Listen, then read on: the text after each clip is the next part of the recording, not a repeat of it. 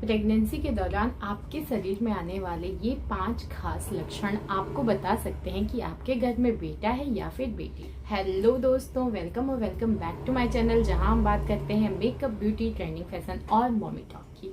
आज की वीडियो एक बार फिर से मैं लेके आई हूँ प्रेगनेंसी वीडियो, और आज की वीडियो बहुत ही खास है क्योंकि हम बात करने वाले हैं 5 खास लक्षणों की, 5 खास सिम्टम्स की, 5 खास बदलावों की, जो कि आपको अपने शरीर में दूसरे तिमाही और तीसरे तिमाही में दिखेगा, जिससे आप काफ़ी हद तक अनुमान लगा सकते हैं कि घर में बेटा है या बेटी। प्रेगनेंसी जैसे ही कंसीव होती है, जैसे ही कोई बच्चा आप कंसीव करते हैं, वैसे ही आपके शरीर में धीरे धीरे कुछ बदलाव आने शुरू हो जाते हैं। स्टार्टिंग से ही आपको बदलाव दिखने शुरू हो जाते हैं, लेकिन मैं स्टार्टिंग के 3 महीनों की बात नहीं करती हूँ, क्योंकि स्टार्टिंग के 3 महीने में आप लिंग के बारे में बिल्कुल नहीं जान सकते हैं। हाँ, अर्ली प्रेगनेंसी सिम्टम्स वो होते हैं जैसे थकान होना, मितली आना, उल्टी आना, या बहुत सारे इस टाइप के लक्षण आपको दिखेंगे, लेकिन वो प्रेगनेंसी कंफर्म करने के सिम्टम्स होते हैं। उससे आपको लिंग के बारे में जानकारी नहीं मिलती है। और हम सब जानते हैं कि लिंग परीक्षण का जो एक सटीक तरीका होता है वो अल्ट्रासाउंड होता है, लेकिन अल्ट्रासाउंड हमारे देश में बैन है, और अगर आप ऐसा करवाते हैं तो आपको, आपके डॉक्टर को, हॉस्पिटल को सजा हो सकती है।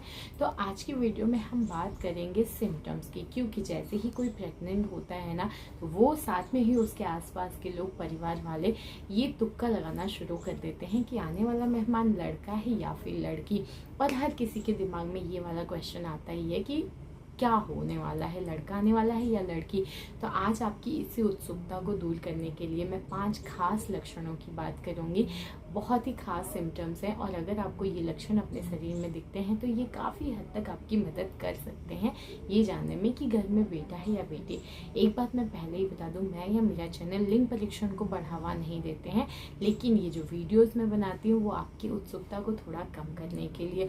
इसीलिए मैं बार बार कहती हूँ कि प्लीज़ मुझे कॉमेंट करके ज़रूर बताइए कि आपका एक्सपीरियंस क्या है, क्योंकि हर किसी की प्रेगनेंसी जर्नी अलग होती है, हर किसी की बॉडी अलग होती है, तो अलग अलग सिम्टम्स भी होते हैं। और कई बार ऐसा होता है कि ऑपोजिट जेंडर में भी ये सिम्टम्स मिल जाते हैं। जैसे हो सकता है मैं जो सिम्टम लड़के के लिए बता रही हूँ वो आपको लड़की में मिल गया हो, या फिर जो सिम्टम मैं लड़की के लिए बता रही हूँ वो आपको बेबी बॉय में मिल गया हो। तो इसीलिए कहती हूँ कि आप भी अपने शेयर किया करिए एक्सपीरियंस, ताकि मेरे और भी जो फैमिली है, हमारी 10,000 की फैमिली हो चुकी है यूट्यूब पे, तो उन लोगों को कुछ ना कुछ अनुभव मिले, आपके अनुभव से उनको मदद मिले। तो अब हम बात करते हैं उन खास 5 लक्षणों की जिससे आपको मदद मिल सकती है। तो बिना किसी देरी के वीडियो शुरू करते हैं। सबसे पहला और ख़ास लक्षण जो होता है ना, अक्सर आपने सुना होगा कि आपका चेहरा आपके व्यक्तित्व का आईना होता है। तो आपका चेहरा आपके प्रेगनेंसी का भी आईना होता है। कई बार आपने देखा होगा, आप किसी को नहीं बताते हैं, लेकिन हमारे घर के जो बड़े बुजुर्ग होती हैं ना, स्पेशली महिलाएं, वो आपके बिना बताए भी नोटिस कर लेती हैं आपके चेहरे को देख के कि लगता है कुछ तो गुड न्यूज़ है आपके चलने, उठने, बैठने ढंग से, और फेस देख के बता ही देती हैं। तो सबसे पहला लक्षण यही है कि आपके चेहरे में, यानी आपके स्किन में कुछ बदलाव आता है। देखिए, ऐसा होता है कि प्रेगनेंसी के दौरान आपने देखा होगा कि बहुत लोगों के फेस पे ना पिंपल्स आ जाते हैं, या बहुत लोगों का फेस जो है ना वो ऑयली हो जाता है, बहुतों का ड्राई हो जाता है। तो ये खास बदलाव आता है, मैंने देखा है, मेरे साथ के भी लोगों को नोटिस किया है। तो आपकी स्किन में अगर प्रेगनेंसी के दौरान ये बदलाव आया है कि आपका चेहरा बहुत ज़्यादा ऑयली हो गया है, या फिर बहुत ज़्यादा मॉइस्चर आपका खिंचा खिंचा सा लग रहा है, मॉइस्चर निकल गया है, और फेस बहुत ड्राई सा, रूखा सूखा सा हो गया है, तो ये दोनों से भी आप पता कर सकते हैं। ऐसा माना जाता है ना कि अगर आपकी स्किन बहुत ही रूखी सूखी सी हो गई है, फेस बहुत ड्राई हो गया है, मॉइस्चर कहीं मिसिंग है, तो कहते हैं ये एक लड़का होने की तरफ इशारा करता है। वहीं अगर आपकी स्किन थोड़ी ऑयली हो गई है, मतलब बार बार आपको फेस धुलने की ज़रूरत है ना, तो कहते हैं ये एक लड़की होने की तरफ इशारा करता है। तो इस तरीके से आपके त्वचा में आए हुए बदलाव को देख के आप बिल्कुल पता कर सकते हैं कि घर में बेटा है या फिर बेटी है। अब हम बात करते हैं दूसरे खास सिम्टम की, वो होता है प्रेगनेंसी ग्लो। जी हाँ, आप सब ने सुना होगा कि जैसे ही कोई औरत प्रेग्नेंट होती है ना, तो ये वाला शब्द प्रेगनेंसी ग्लो ये बहुत कॉमन होता है। जो आपको रोज़ देखते हैं, या फिर जो लोग बहुत दिनों बाद देखते हैं, वो ज़रूर आपको कॉम्प्लीमेंट करते हैं कि यार प्रेगनेंसी में तुम्हारा फेस चमकने लगा है, या तुम्हारा फेस डल हो गया है। तो इससे भी आप पता कर सकते हैं कि घर में बेटा है या बेटी। आपने देखा होगा प्रेगनेंसी के दौरान कुछ लोगों का फेस बिल्कुल चबी चबी सा भर जाता है, और स्किन जब भरती है या जब आपके फेस पे चर्बी आती है ना, तो आप थोड़ा सा आपका कलर अच्छा हो जाता है, आपका कॉम्प्लेक्शन जो है थोड़ा गोरा हो जाता है। या फिर उल्टा भी होता है, कई बार आपने देखा होगा कि आपके फेस का रंग डाउन हो जाता है। तो ऐसा माना जाता है कि फेस अगर आपका ग्लोई हो गया है, आपकी स्किन चमकने लगी है, आपको मेकअप की ज़रूरत नहीं है, या फिर आपका कॉम्प्लेक्शन यानी आप थोड़े से गोरे हो गए हो, तो कहते हैं कि ये एक लड़की होने की तरफ इशारा करता है। वहीं अगर आपका स्किन जो है थोड़ा डल हो गया है, फेस आपका मुरझाया हुआ सा है, आपका कलर भी थोड़ा डाउन हुआ है, थोड़े आप सांवले हो गए हैं, या फिर आपके फेस पे झाइयाँ, पिंपल, इस टाइप की समस्याएं आने लगी हैं, प्रेगनेंसी से पहले नहीं थी लेकिन प्रेगनेंसी के दौरान आपके साथ ये समस्याएं बनी हुई हैं, तो कहते हैं ये एक लड़का होने की तरफ इशारा करता है। अब हम बात करते हैं नेक्स्ट सिम्टम की, वो है आपके हेयर ग्रोथ या हेयर का टेक्सचर। जी हाँ, आपके बालों का टेक्सचर भी आपको बता सकता है कि घर में बेटा है या बेटी। मैं बात कर रही हूँ प्रेगनेंसी के पहले और प्रेगनेंसी के दौरान आने वाले बदलावों की। कई लोगों ने ऐसा एक्सपीरियंस किया होगा या कर रहे होंगे जो प्रेग्नेंट हैं, कि प्रेगनेंसी के दौरान उनके बाल या तो बहुत अच्छे हो गए हैं या फिर पहले के कंपेयर में अब रूखे सूखे से बेजान हो गए हैं।